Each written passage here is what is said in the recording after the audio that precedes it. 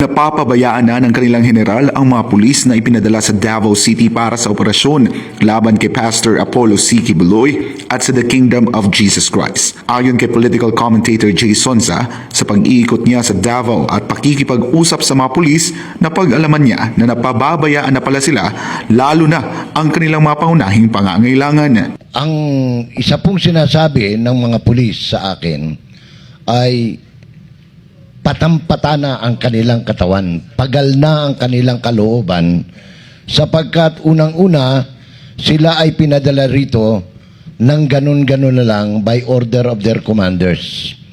Walang provisions ng pagkain, walang provisions ng tubig, walang provision ng tieras kung saan sila pwedeng mahiga o kahit manig man lang. Dahil nga sa wala ng kain at tulog ang mga nasabing pulis, ay nagsusuntukan ng mga ito na nakuhanan ng video kamakailan. Pulis sa kapwa pulis yan, dahil buburyong na nga.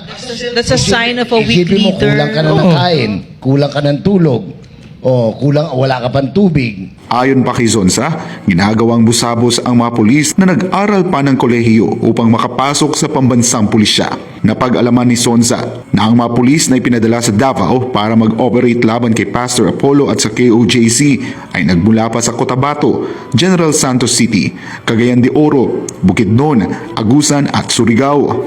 Kung titingnan aniya sa mga lugar na pinanggalingan nila, ay masasabi na hindi lang ito pagkilos ni Police Regional Office 11 Director General Nicolas Torre. Sigurado aniya na may kumpas ito ng nakakataas sa Philippine National Police kasama na ang pinaka-commander ng lahat ng uniform personnel sa bansa na si Ferdinand Marcos Jr.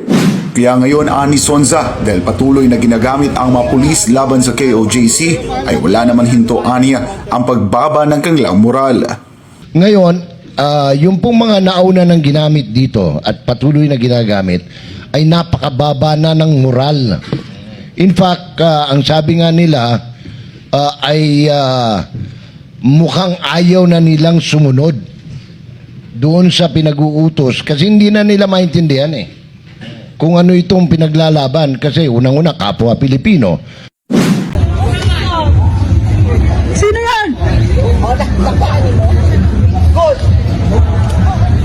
So, wala lang. 24 hours na kayo dito. Pwede pa bumangon.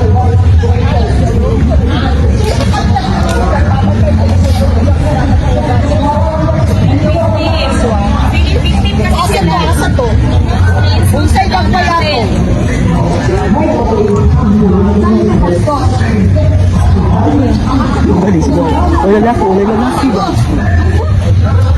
Uy! Please, mga Uy! Yes! Babaeng yung... Oh, ito. Kita-kita niyo sa camera. Pinapastusan na yung lugar namin. Nag-spray pa siya sa akin. Dito, ipatulog Ano ba ito? Why ko?